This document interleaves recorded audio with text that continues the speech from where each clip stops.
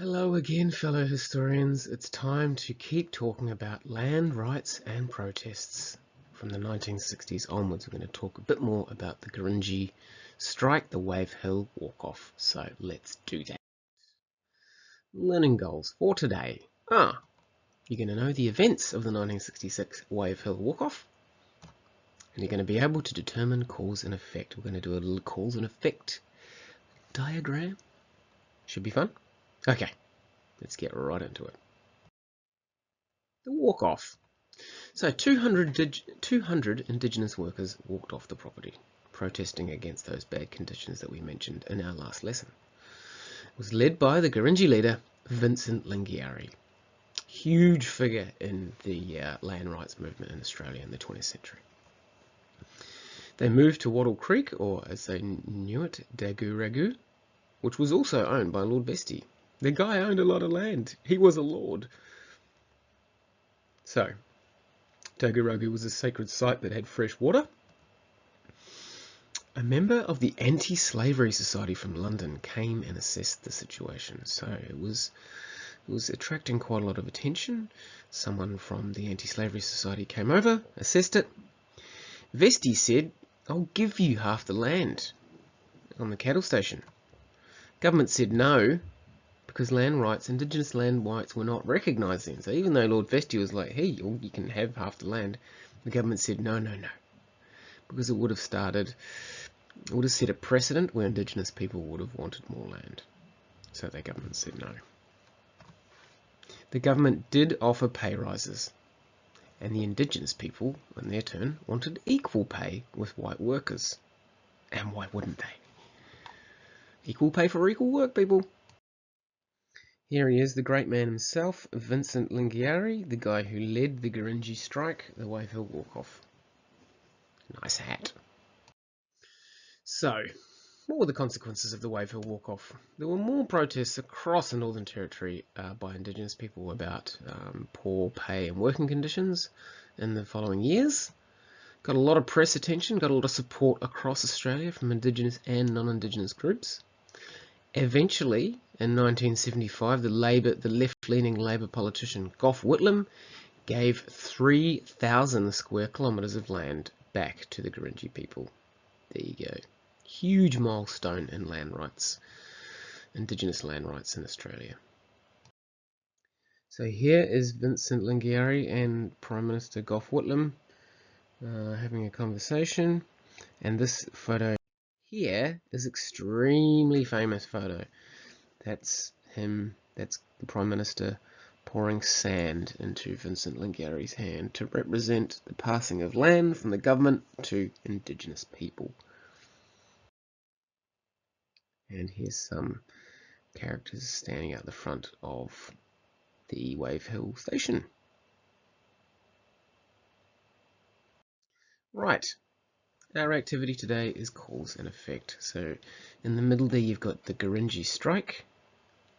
That's got a spelling mistake. It should be Gringy, not Gurungi. Sorry about that. Two things that led to the Gringy strike, and two effects of that strike, and then an effect of that effect. Yeah.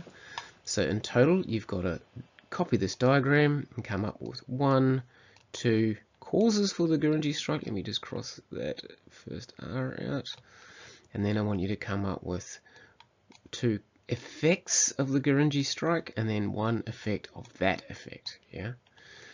In history, you can almost always produce these kinds of charts: causes of causes of causes of causes, and effects of effects of effects of effects. So have a go, create that chart, and fill in the 5 circles. Today's video is a little bit different. We've got a song for you. This is called the Gringy Blues. And this was about the Wave Hill walk-off. My name is Vincent Lingiari, came from Daguragu, Wattle Creek Station. Yalang ulong unayana, Wattle Creek ulong, unayani, mulangura, unanyurayani, unayani, Jaragapko, Changagani, Kariao, mulangura, Alnyana unamana na Jaragap. That means that I came down here to house all these Parliament about the land right.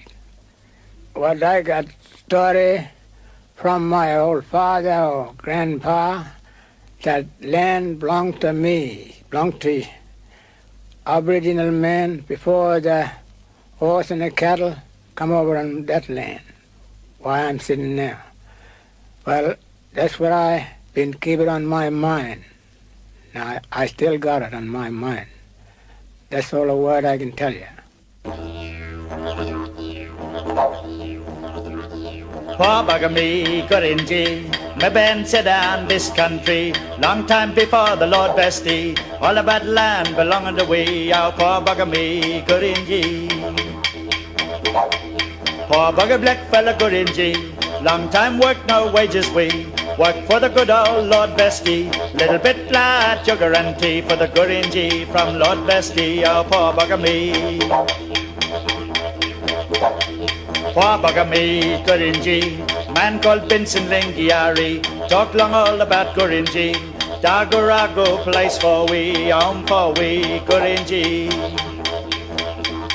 But poor bugger black fella Gringy, government boss him talk long way, build you house with electricity, but at Wave Hill for can't you see, Waddy Creek belong to Lord Bestie, oh poor bugger me.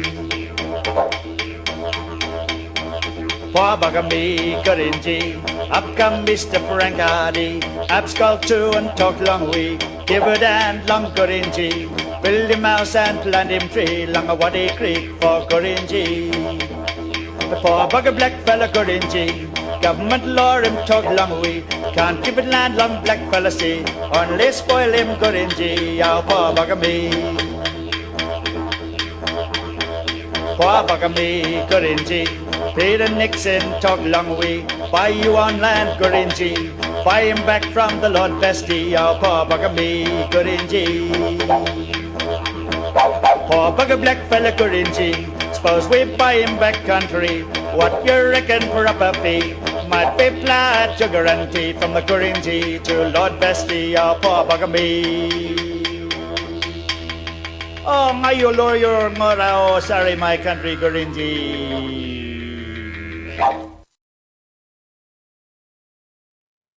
And here are the lyrics to that song.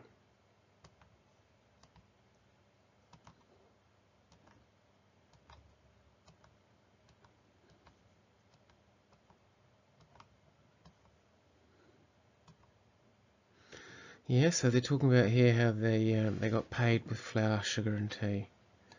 It's not that flash. Or is the white's got actual cash?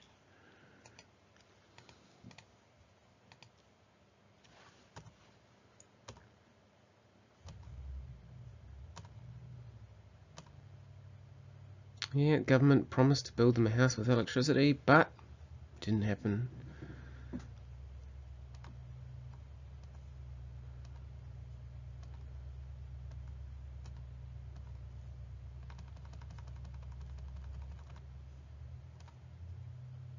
There you go. A few lines from his local language there as well. Okay, today's reflection activity. 3 things that you've learnt, 2 things you found interesting, and 1 question you still have. This is a 3, 2, 1. Okay, your homework for today is to answer a couple of questions. The first one, what were the main problems that the Gringy had with their treatment at Wave Hill? Fairly easy question, I believe. Second one, why do you think that the person who wrote Gringy Blues thought that they should buy back the cattle station with flour, sugar and tea? A little bit of lyric interpretation there. So answer those 2 questions in your exercise book. Bonus homework for those that are keen as beans. Number 1, read chapter 4.10 from your textbook. You might have already read it after the last lesson, in which case, go you! And also check out this video, it's not too long. Wave Hill Walk Off Then and Now, the effectiveness of protest strategies. So that looks at how effective different protest strategies are. There's the link, bit.ly/walkoff2020. Thank you so much for engaging with this lesson, and as I like to say, keep it real.